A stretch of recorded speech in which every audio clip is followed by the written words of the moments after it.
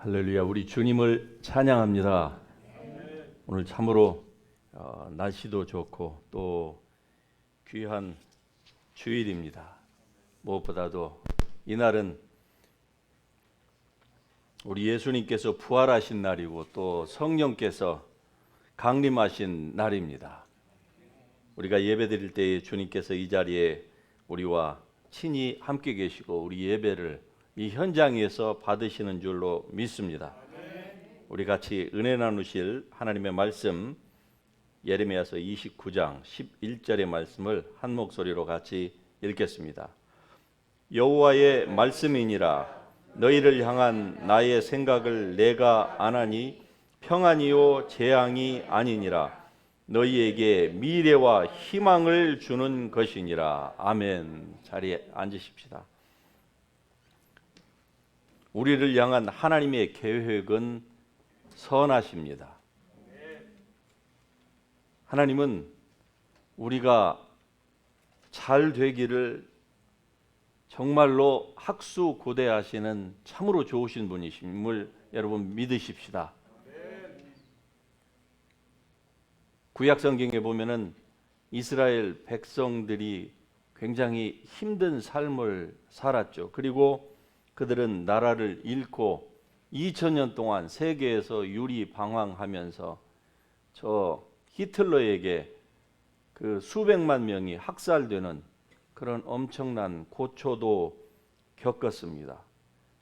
많은 사람들이 그러한 이스라엘의 역사를 생각하면서 하나님은 단지 무서운 분이라고만 생각을 합니다. 예, 하나님이 무서운 분이신 것은 사실입니다. 사랑의 하나님이시지만은 하나님은 죄에 대해서는 정말로 엄위하시고 그리고 하나님의 그 공의의 성품 때문에 죄를 결코 용납하지 않으시는 그런 하나님이신 것은 분명합니다.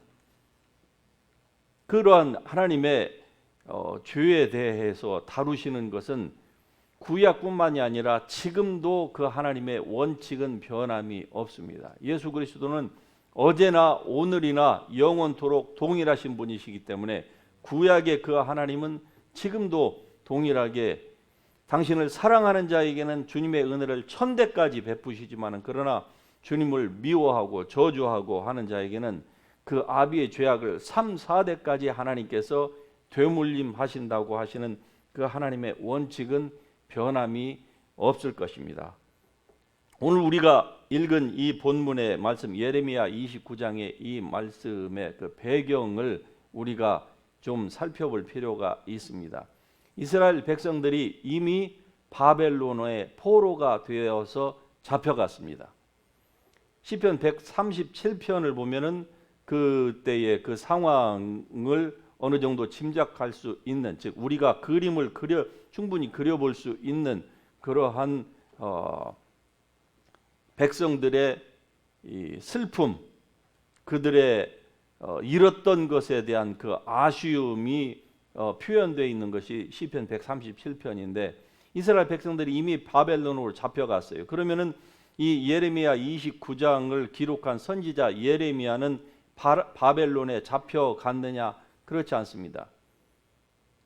바벨론으로 간 것이 잡혀가지 않은 이유가 있어요. 그것은 예레미야가 이미 바벨론 왕이 예루살렘을 쳐서 함락시켰을 때에 함락시키기 이전에 이스라엘에서 유일하게 수천의 선지자들과 제사장들이 있었지만은 예레미야 한 사람만 바벨론 왕에게 항복하라, 그 길만이 살 길이다, 그렇게 여호와의 말씀을 전했다고 하는 것을 바벨론 왕이 예루살렘을 다 점령하고 상황이 종료되었을 때에 알았습니다. 그래서 그의 그 군대 총지휘관의 느부사레단에게 명령을 했어요. 너는 예레미야 선지자를 데리고 와라. 잡아오라가 아니라 예레미야 선지자를 내 앞으로 데리고 와라. 그리고서 저가 원하는 대로 네가 다 해줘라 그랬어요. 네가 나와 함께 바벨론으로 가기를 원한다고 하면 내가 너를 바벨론으로 데리고 가서 너를 선대하리라. 네가 나에게 선대한 것처럼 내가 너를 선대하리라 그랬어요. 그런데 예레미야 선지자는 바벨론으로 가기를 원치 않았습니다. 그리고 그냥 그의 백성들 사이에서 고통을 당하기를 원했어요.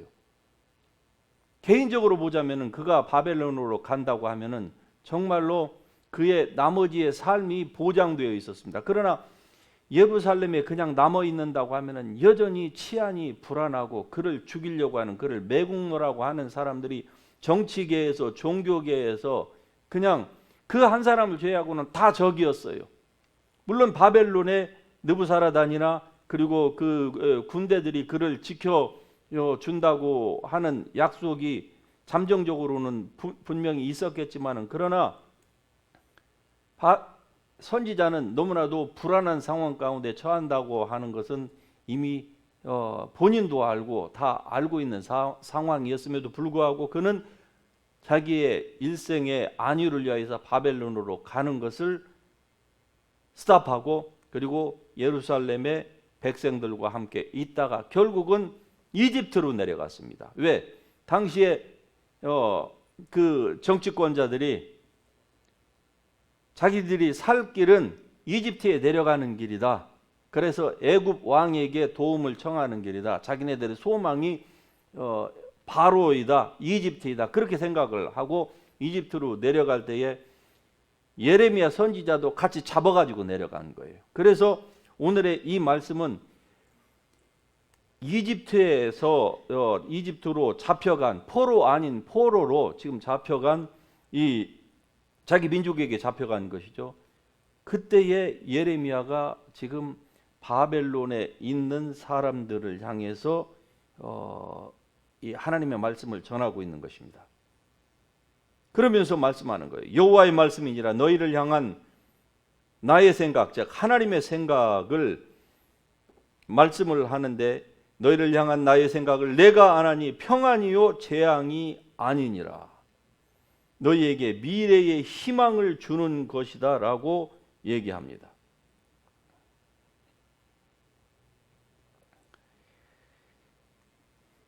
우리가 살면서 많은 어려움을 당하죠. 그러나 그리스도인인 우리라고 할지라도 복음 때문에 당하는 그 고난을 제외하고 우리가 당하는 대부분의 고난은요, 하나님으로부터 온 것이 아닙니다.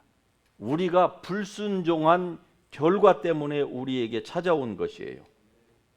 결국 우리가 하나님의 선하심을 따르지 않고 그분의 성령의 인도하심을 따르지 않고 내 계획대로, 내 야망대로 나아간 결과로 우리에게 그 고통이 찾아온 것입니다.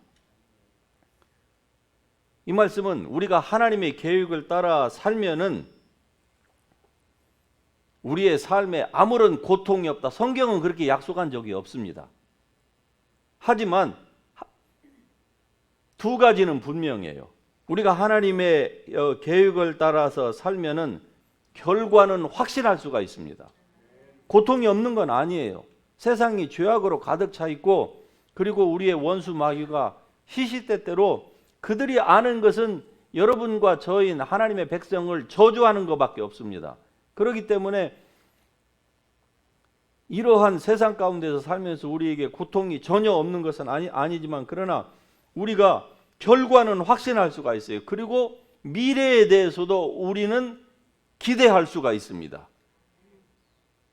우리의 삶의 미래, 그리고 죽음 이후에 우리의 영원한 미래도 기대할 수가 있는 거예요. 로마서 15장에 보면은 바울이 로마서의 그 맨 후미에다가 자기가 로마에 갈 때에 그리스도의 충만한 복을 가져갈 줄을 알고 있다고 그렇게 편지에 쓰고 있습니다. 즉 자기는 복음 때문에 고난을 당하고 비록 그 죄수의 몸으로 끌려가지만은 그러나 그는 확신하고 있는 거예요. 자기가 갈 때는 그리스도의 충만한 복을 자기가 가지고 가서 성도들에게 그 하나님의 축복을 자기가 전할 것이다.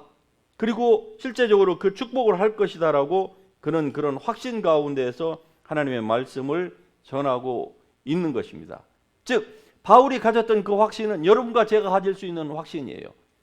불안한 세상 가운데서 우리가 내일에 어떤 일들이 벌어질는지 자연적으로, 환경적으로, 경제적으로, 내 신체적으로 무슨 일이 벌어질는지 저도 모르고 여러분도 모릅니다. 그러한 것들은 하나님께서 우리에게 알게 하신 게 아니에요. 왜? 그것을 알게 하면은요, 만일에 사람이 그걸 안다고 하면 어떻게 될까요? 교만한 거예요. 그래서 하나님께서 그러한 것들을 알 수 없도록 사람에게 커튼을 다 쳐주셨습니다. 그런데 이 커튼을 살짝 열어보면서 알 수 있다고 얘기하는 자들이 있지요. 즉 귀신을 받은 무당들이 그런 일을 해요. 신접한 자들이. 그러면은 정말로 그들이 알 수 있다고 하면은 자기의 삶을 알아야 될 거 아니에요. 다른 사람을 그렇게 점쳐준다고 하면 기륭화복을. 그런데 정작 그렇게 얘기하고 있는 무당들의 삶은 어떻습니까? 그들의 결론은요, 무당치고 편안하게 죽는 분들이 한 사람도 없어요. 결말이 좋은 사람이 한 사람도 없습니다. 객사하거나 몸에 질병이 걸려서 죽거나 저주를 받아서 죽거나 편안하게 죽는 사람이 무당치고 저는 들어본 적이 없어요. 그러니까 결국은 하지 말아야 될 것을 하고 있는 거예요. 하지만 우리가 하나님의 계획 안에서 여러분 살아간다고 하면은 결과는 우리가 과정이 어쩔는지는 모르지만은 결과는 보장되어 있습니다. 할렐루야. 영원한 생명이 우리에게 이미 주어졌고, 그리고 우리가 지금 하나님의 뜻대로 여러분과 제가 살아간다고 하면은 앞으로 천국에서 우리에게 어떤 리워드, 어떤 크라운이 있을 것이라고 하는 것을 이미 성경이 우리에게 다 말씀해 주고 있는 것입니다. 단지 믿음이 없어서 그것을 따라가지 못할 따름이에요. 믿음을 가지고 여러분과 제가 이 하나님의 말씀을 좇아서 준행하여 나아간다고 하면은 결국 여러분과 저의 미래는 보장되어 있다고 하는 것을 분명히 알 수 있을 것입니다.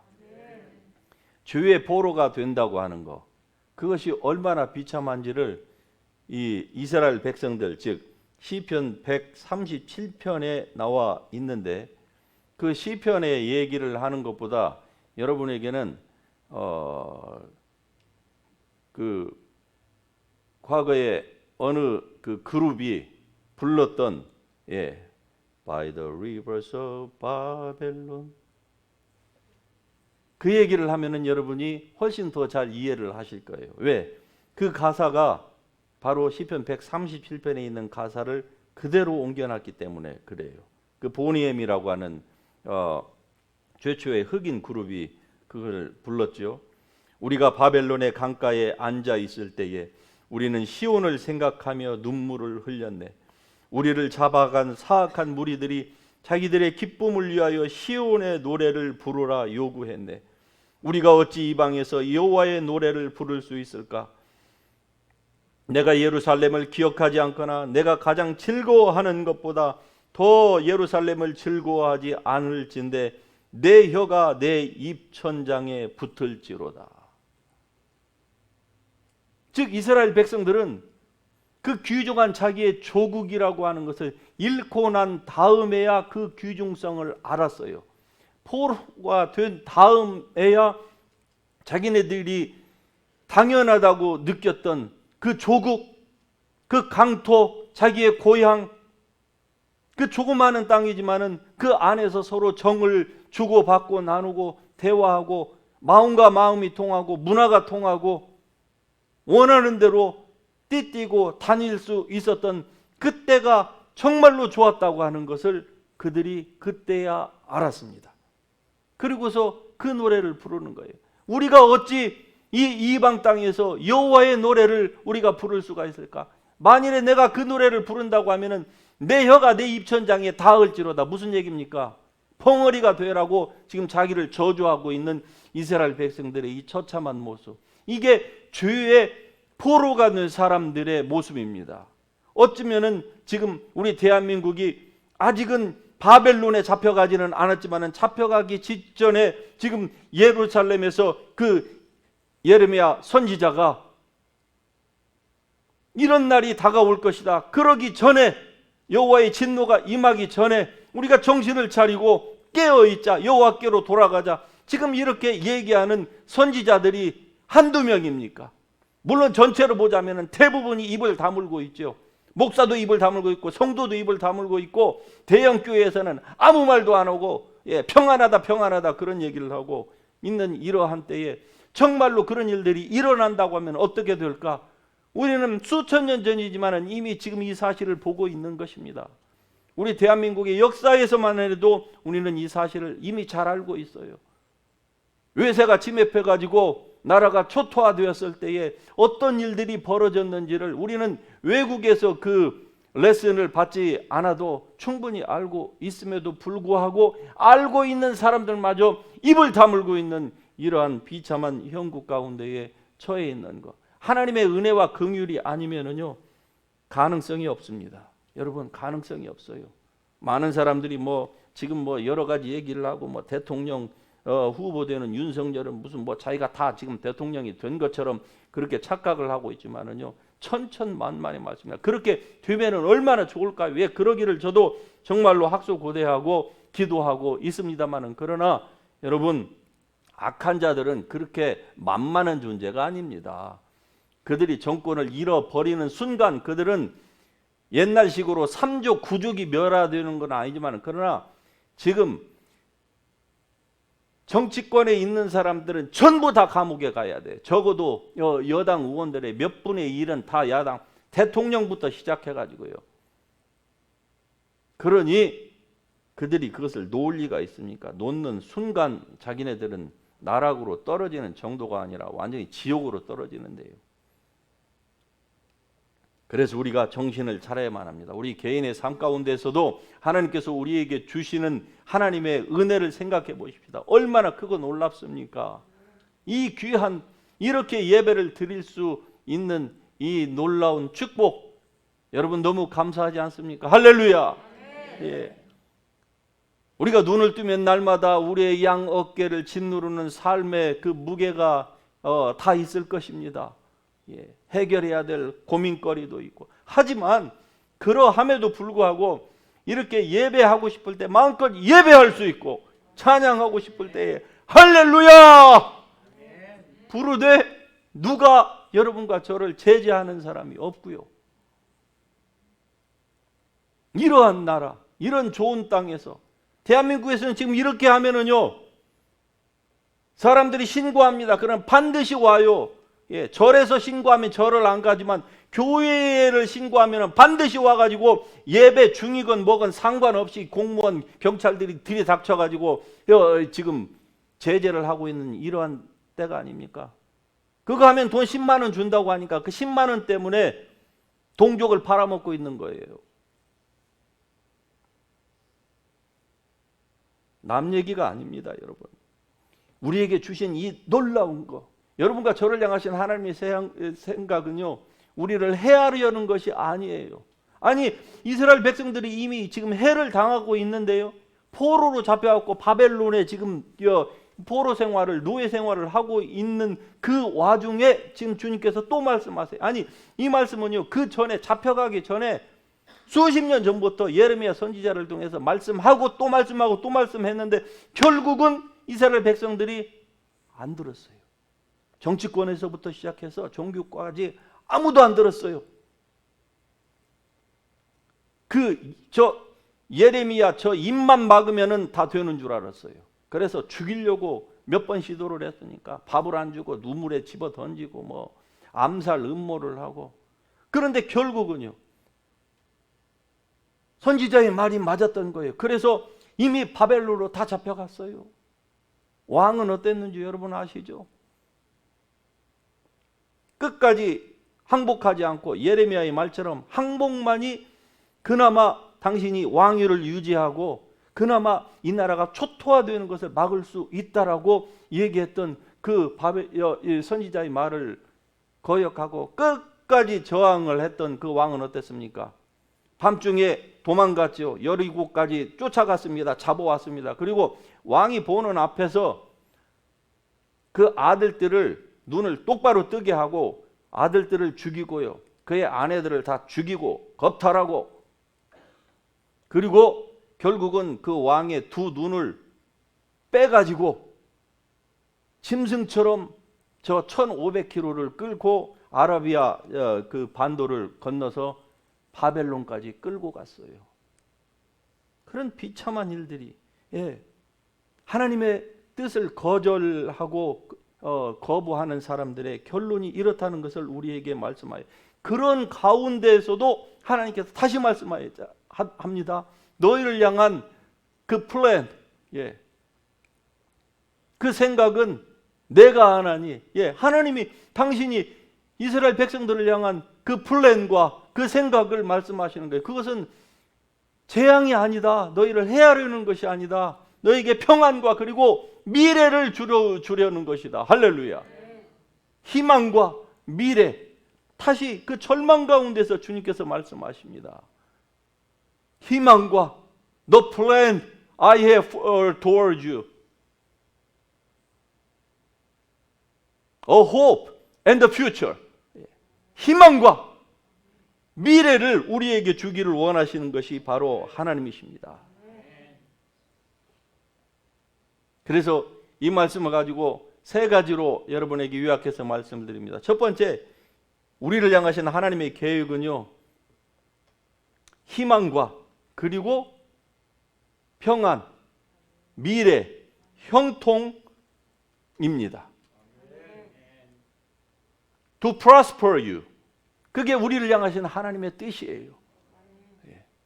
희망과 그리고 내일을 주기 위한 것이 하나님의 뜻입니다. 그러나 이것이 자동적으로 이루어지지 않아요.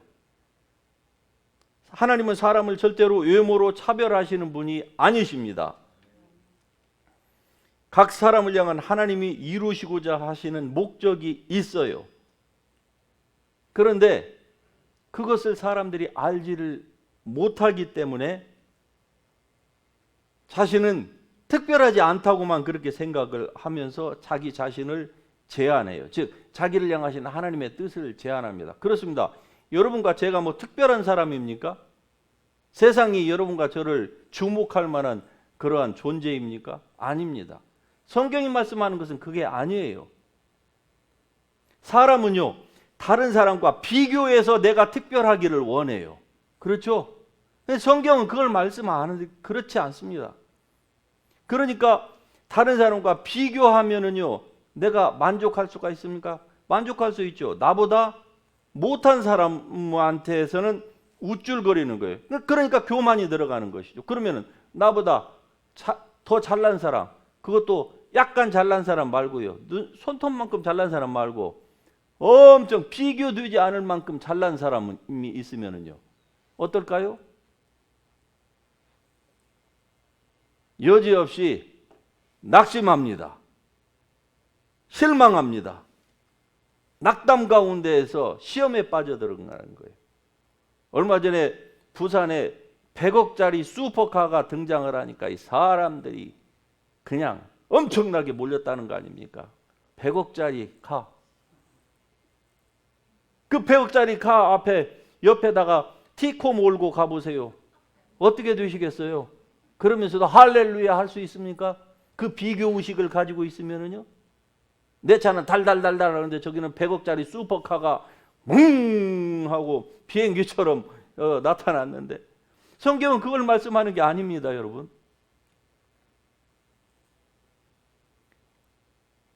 여러분과 저를 향한 하나님의 특별한 계획은요, 성경에서 말씀해 주시는 거예요. 그러니까 우리는 사람들에게 반응해서는 안 돼요. 사람들에게 반응하다 보면은 교만하기 쉽고 낙심하기 쉽습니다. 왜? 상대적으로 비교하니까. 그러나 성경에 우리가 반응을 하면은요, 그렇지, 내가 하나님이 보시기에는 나는 특별한 존재야. 할렐루야. 하나님이 보실 때에 여러분은 정말로 특별한 존재입니다. 왜? 예수님과 여러분을 맞트레이드 하셨어요. 예수님과 예수님의 생명을 여러분을 대신해서 하나님께서 지옥에 던지실 만큼 여러분을 특별히 대우하셨는데, 사람은요 이 하나님의 말씀에 리스폰드하는 것이 아니라 세상에 리스폰드를 하다 보니까 자기는 특별한 것이 없대요. 그러니까 자기의 인생의 귀중성을 알지 못하죠. 그래서 이렇게 사는 사람들은 그리스도인이라도 어떤 삶을 사느냐? 핑퐁 게임 하면서 사는 거예요. 핑퐁 게임.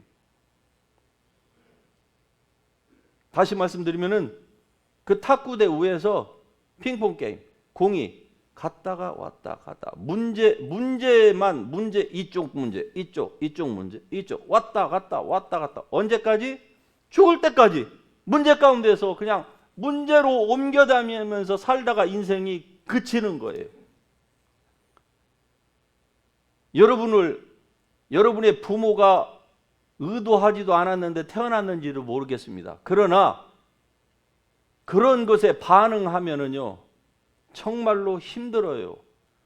어떤 분이 인생을 어떤 그리스도인이 인생을 비참하게 마감을 했는데, 그런데 그분이 나이가 60이 넘더라까지 컴플렉스를 가지고 있어요. 무슨 컴플렉스를 가지고 있느냐? 어느 날 한국에서 어렸을 때에 그의 형은 공부를 잘했어요. 그런데 이 집사는 당연히 공부를 못했죠. 하나가 잘하면 못하는 게 당연한 거 아니겠습니까? 네, 못했어요. 어느 날 눈이 오는데 아버지가 저녁에 들어오는데 아버지의 손에 호빵이 들려 있었답니다. 그러니까 형하고 자기하고 아버지를 마중하러 대문으로 딱 나아갔는데 아버지가 술을 한 잔 딱 얼큰하게 드시고 왔는데, 그 빵을 동생인 이 집사가 먼저 그 빵에다가 손을 대니까 아버지가 머리통 뒤통수에 딱 때렸대요. 공부도 못하는 놈의 새끼가 빵부터 먹으려고 하냐고. 그리고 그 버섯을 형에게 줬대요. 그게 일평생 잡고 있었던 거예요. 그래가지고 일평생 형을 미워하는 거예요. 형을. 그리고 그 아버지를 저주하고, 그리고 크리스천으로 살면서도 그 컴플렉스를 벗어나지 못해서 말만 하면은 그 얘기를 하는 거예요. 누구에게? 말만 하면 아버지 얘기를 하고, 말만 하면. 아니 아버지가 돌아가신 지 수십 년이에요. 그리고 자기가 그때 자기를 때렸던 아버지보다 나이가 지금 훨씬 더 많이 늙었습니다. 네. 무엇이 문제입니까? 생각이 문제입니다. 생각이 결국. 부모가 우리를 기뻐하지 않을 수도 있어요. 네. 그러나 그 환경은 여러분과 제가 의도한 바가 아니잖아요. 성경은 뭐라고 얘기를 합니까? 성경은 시편 139편에 보면은 하나님이 우리를 신묘막직하게 만드셨도다. 할렐루야. We are made wonderfully and fearfully. 할렐루야. You are created wonderfully and fearfully by the Holy One. 할렐루야. 이렇게 하나님의 말씀만을 우리가 생각해 보시면은요, 그렇다. 내가 이런 존재라고? I am made wonderfully and fearfully. 할렐루야. 하나님께 감사하는 거예요. 내 손에 쥐어진 것이 부족할지라도 하나님께 감사할 수 있는 것입니다.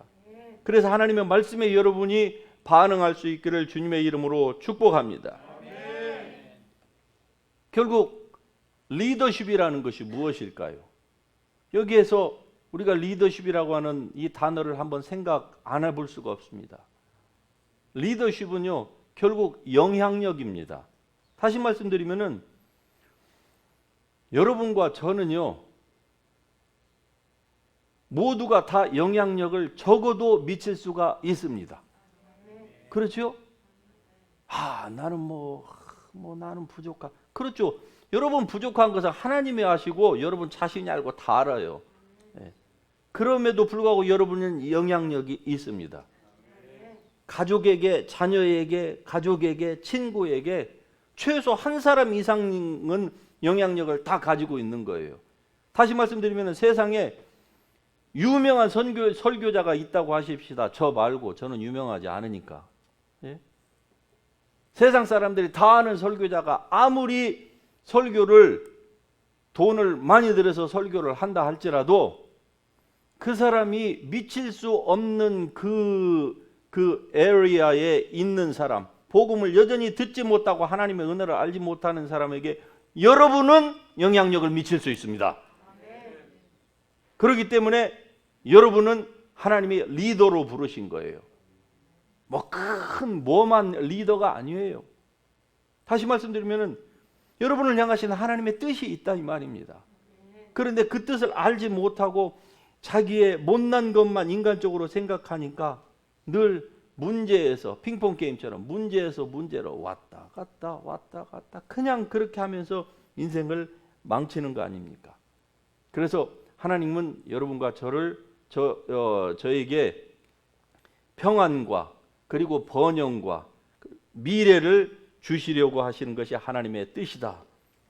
두 번째로 우리의 삶에서 겪게 되는 수많은 고통은 하나님으로부터 온 것이 아니고 불순종으로 인해서 발생된 것이다 하는 것을 우리가 알 필요가 있습니다.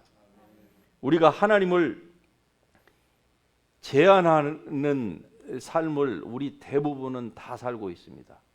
하나님의 능력을 제한하는 거예요. 하나님의 축복을 우리가 제한함으로 말미암아 하나님의 뜻이 아니어서 우리의 삶에 그것이 이루어지는 게 아니고 안 이루어지는 것이 아니고 우리가 하나님을 제한하기 때문에 그러한 것입니다. 즉 우리의 신념 체계가 잘못되어 있는 거예요. Sovereignty of God. 예, 하나님이 모든 것을 God controls everything. 그게 Sovereignty of God이거든요. 예.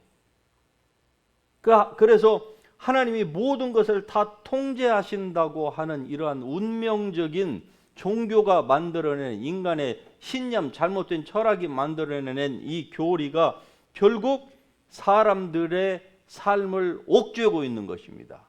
그 대표적인 예로 환생의 그 reincarnation 그 티어리 여러분 아시죠?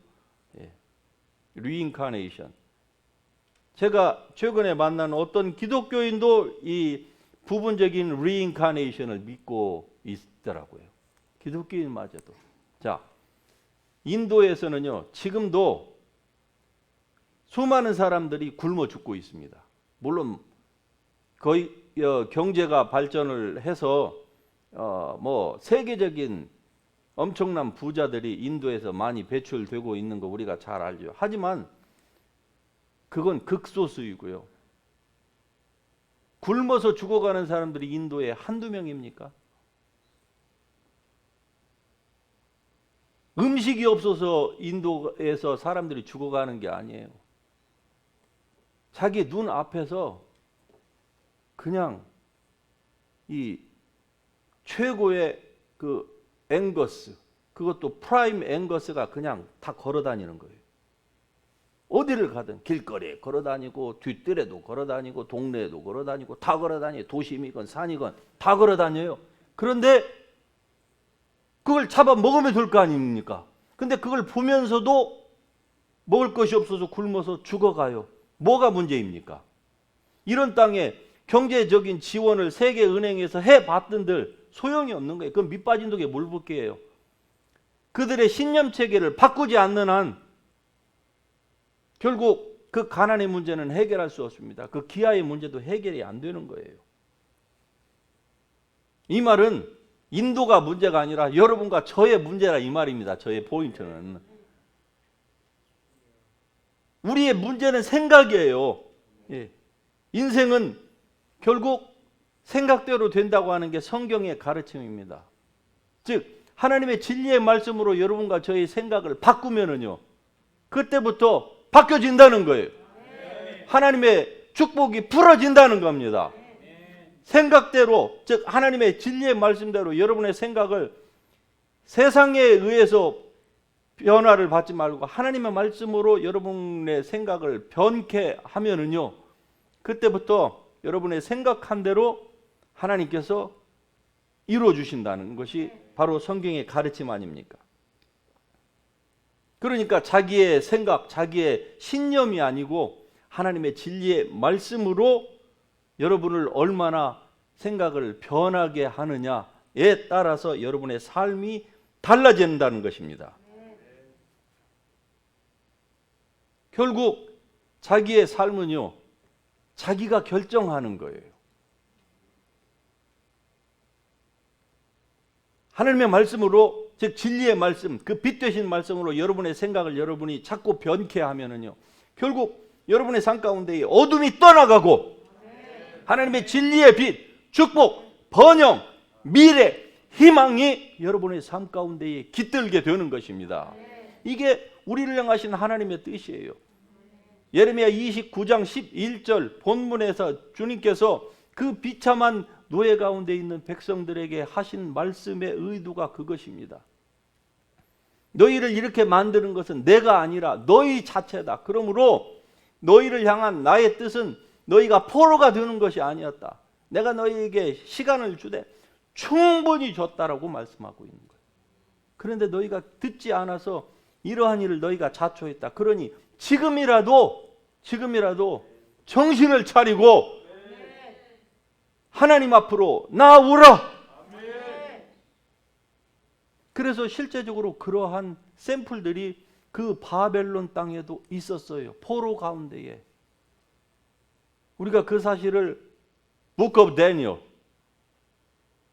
다니엘서에서 잘 알 수 있지 않습니까? 그 힘들고 어려운 상황 가운데에서도 다니엘과 사드락, 메삭, 아벳느고 그들은 어떤 삶을 살았는지, 물론 그들이 내시가 되었습니다. 내시가 된다는 것이 무엇인지를 여러분 잘 아시죠? 남자로서 내시가 된다는 거. 그러나 내시가 되었음에도 불구하고 다니엘 같은 사람은 결국 그 나라의 총리를 지냈는데 제국이 3번을 바뀌면서 계속 총리를 직을 감당을 했고요. 사드락, 메삭, 아벳느고도요, 지방의 그 총관으로서 지금 여기로 말하자면 도지사 정도의 그 역할들을 감당하면서 살았어요. 즉 하나님께 순종하는 삶을 살으니까 노예로 잡혀온 사람 가운데서도 그런 일들이 있었다는 것이죠. 그걸 하나님이 보여주신 거예요. 그 몇 사람의 예를 통하여서요. 그래서 여러분이 정말로 변화를 원하신다고 하면 하나님께 돈을 구해서는 안 됩니다. 성경은 우리로 하여금 돈을 구하라 그런 말씀을 하신 적이 없어요. 그것은 진정한 해결책이 아니기 때문에 그래요.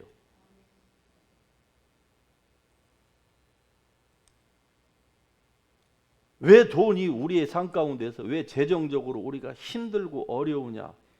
결국 우리가 하나님의 능력을 제한하기 때문에 그래요. 그러니까 제한하지 말라는 거예요. 그러기 위해서는 생각을 바꾸면 됩니다.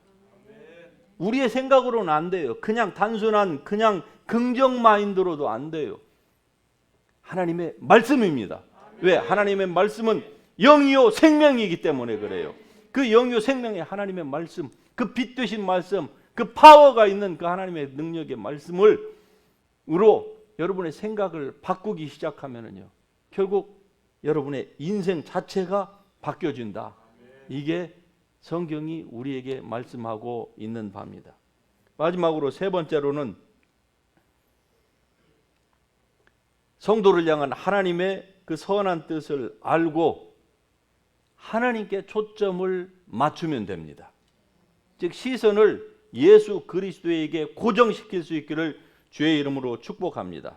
자기에게가 아니고요, 하나님께 고정시켜야 되는 거예요.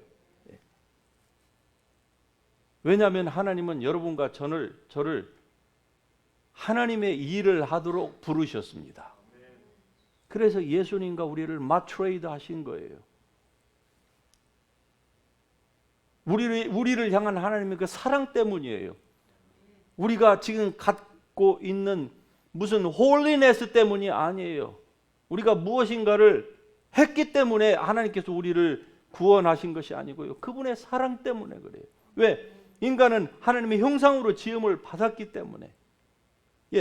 형상으로 지음을 받은 하나님의 그 형상 때문에 하나님께서 여러분과 저를 구원하시기를 기뻐하셨고, 우리는 그 하나님의 은혜가 헛되지 아니하여서 믿음으로 우리가 그분에게 반응한 결과 우리가 하나님의 자녀가 되었습니다. 그러면은 이제 어떻게 해야 할까요?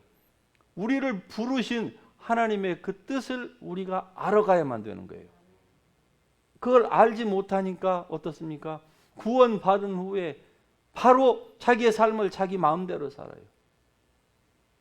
여전히 자기가 하고 싶은 거, 띠뛰고 다니고 싶은 거 다 다니고, 자기의 생각을 절대 안 바꿔. 그러나 구원받았고 하나님의 성령이 그의 마음속에 계시기 때문에 교회는 나와요. 교회는. 종교 생활은 해. 그러나 하나님의 뜻대로는 쉽게 움직여지지를 않습니다. 그러니까 일평생을 그냥 그렇게 인생을 살아갈 수밖에 없는 거예요. 하지만 하나님은요, 여러분과 저를 특별한 영역으로 부르셨습니다. 제가 이미 말씀을 드렸죠. 어떤 세계의 유명한 설교자도 미칠 수 없는 그 한 사람에게 여러분은 미칠 수 있다고요. 여러분이 한 생명을 구원한다고 하면 여러분은 세상을 다 바꾸는 것입니다. 여러분이 그 한 사람이 또 다른 한 사람, 이렇게 세상이 영혼이 구원받고 사람이 변화된다고 생각해 보세요. 그러면 결국 세상이 바뀌어지는 거예요. 세상이 바뀌어지지 않는 것은 여러분과 제가 이 하나님의 소명을 알지 못하고 그냥 내 문제, 모든 시선을 나에게만 집중하고 내 가족, 내 자식, 내 인생에만 모든 포커스를 맞추다 보니까 결국은 하나님의 뜻과는 멀어지는 그런 삶을 살 수밖에 없는 겁니다. 시편 78편 41절에 보면은 이스라엘 백성들이 뒤로 돌이켜 하나님을 시험하고 이스라엘의 거룩한 일을 제한하였다고 얘기합니다. 이 말씀은요, 이스라엘 백성들이 하나님께서 행하시는 것들을 이스라엘 백성들이 제한했다는 거야.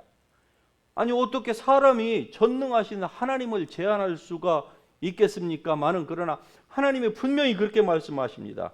They turned back and tempted God and limited the Holy One of Israel. 즉 하나님의 뜻은요, 이스라엘 백성들이 출애굽해서 저 가나안까지 가는데 1년도 안 걸리도록 그게 원래 하나님의 오리지널 플랜이었어요. 그런데 몇 년이 걸렸습니까? 40년이 걸렸어요. 40년. 이게 원래 하나님의 뜻이 아니라고 성경이 분명히 얘기합니다. 즉 하나님은 1년 만에 그들을 데려가려고 하셨는데 1년도 안 돼서 스트레이트로 가면 40일이면 가는 길입니다. 그러나 거기에는 어린아이가 있죠. 짐승들이 있죠. 그리고 최소 200만 이상 플러스 그 엄청난 짐승들, 몇백만의 짐승들을 같이 데리고 갑니다.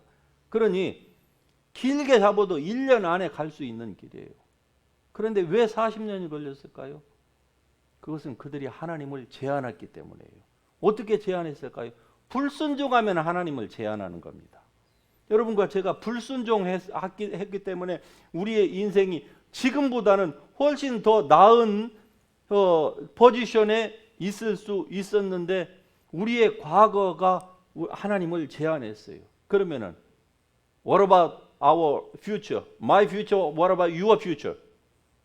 제한하지 않으면 되는 거예요. Don't limit God. 할렐루야. 하나님께 순종하면 되는 것입니다. 그러면 적어도 지금보다는 훨씬 더 나은 삶을 여러분이 살아갈 수가 있습니다. 우리의 크리스천 라이프에서 한번 치유에 대해서 한번 생각해 보십시다. 치유. 많은 사람들이요, 나이를 먹어가면 어떻게 얘기를 합니까? 서로 대화하는 가운데서 나이 먹으면 다 그래. 그렇죠. 나이 먹으면 다 그렇죠. 그렇다는 게 뭐예요?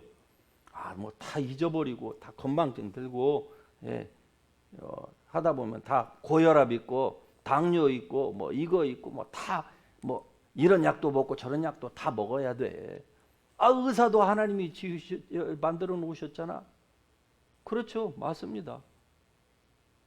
그렇게 자기를 제한하고 있는 거예요. 다시 말씀드리면 자기에게 주어진 하나님의 그 축복을 제한해요. 그런데 성경에서 모세는요, 신명기 34장 7절에 보면은 모세가 죽을 때 나이 120세였으나 그의 눈이 흐리지 아니하였고 그의 기력이 쇠하지 아니하였다라고 성경이 말씀합니다.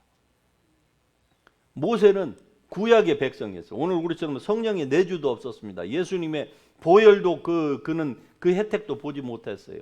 기껏해야 그 브론즈 그 스네이크를 장대에 매달아 놓은 거 그거밖에 없었어요. 그러함에도 불구하고 그가 순종하고 믿음으로 살았을 때에 옛 언약 백성이라고 할지라도 120세에 죽는데 시력이 그냥 젊었을 때 그 시력이었고 체력이 젊었을 때 그 체력이었다는 거예요. 여러분과 저는요. 왜 이렇게 될까요? 세상이 그러니까 아니 그냥 이게 자연의 이치니까 그것이 아니라 이 말입니다. 우리가 그렇게 생각하는 그 자체가 하나님을 제한하는 거예요. 즉 나이가 먹으면은 나도 똑같이 믿지 않는 사람처럼 똑같이 질병의 저주 가운데에서 들어가지고 나중에는 그냥 침대에서 자기 의지도 전혀 발휘를 하지 못하고 죽어가도록 우리가 지금 우리 스스로의 몸을 그렇게 만들고 있는 것은 아닌지 한번 생각해 볼 필요가 있습니다. 하나님을 제한하지 마십시다. 여러분을 향하신 하나님의 뜻은요 결코 여러분을 해하려는 것이 아니에요. 이 본문의 말씀에 분명히 말씀합니다. 희망과 그리고 미래를 주는 것이니라. 할렐루야. 여러분의 찬란한 미래를 하나님의 말씀과 함께 꿈꾸실 수 있기를 주의 이름으로 축복합니다. 이게 바로 여러분을 향하신 하나님의 뜻입니다. 여러분을 프로스퍼하게 만드시고 그리고 여러분에게 건강을 주시고 future and the hope 이게 바로 우리를 향하신 하나님의 뜻입니다.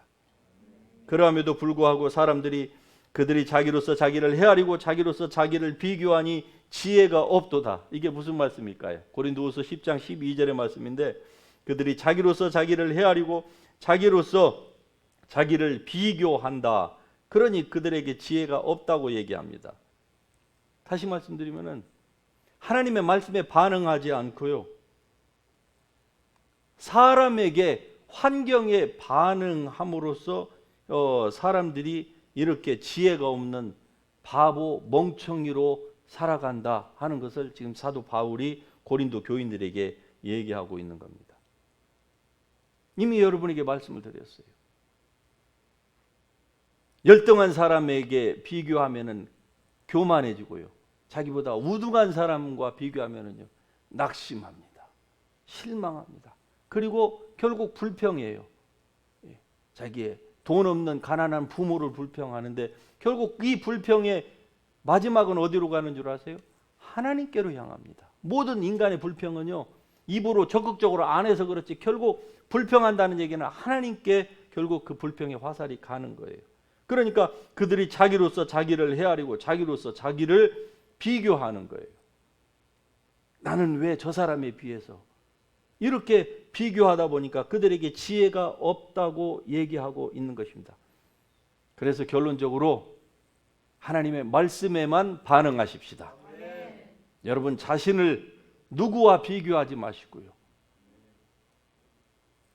과거에 대한 가정법, 과거 그 아쉬움도 여러분 갖지 마시고 오직 하나님의 말씀에 오늘 여러분의 자신을 투영해서 그 말씀이 여러분에 대해서 무엇라고 얘기하는지에 대하여서 여러분이 반응할 수 있기를 바랍니다.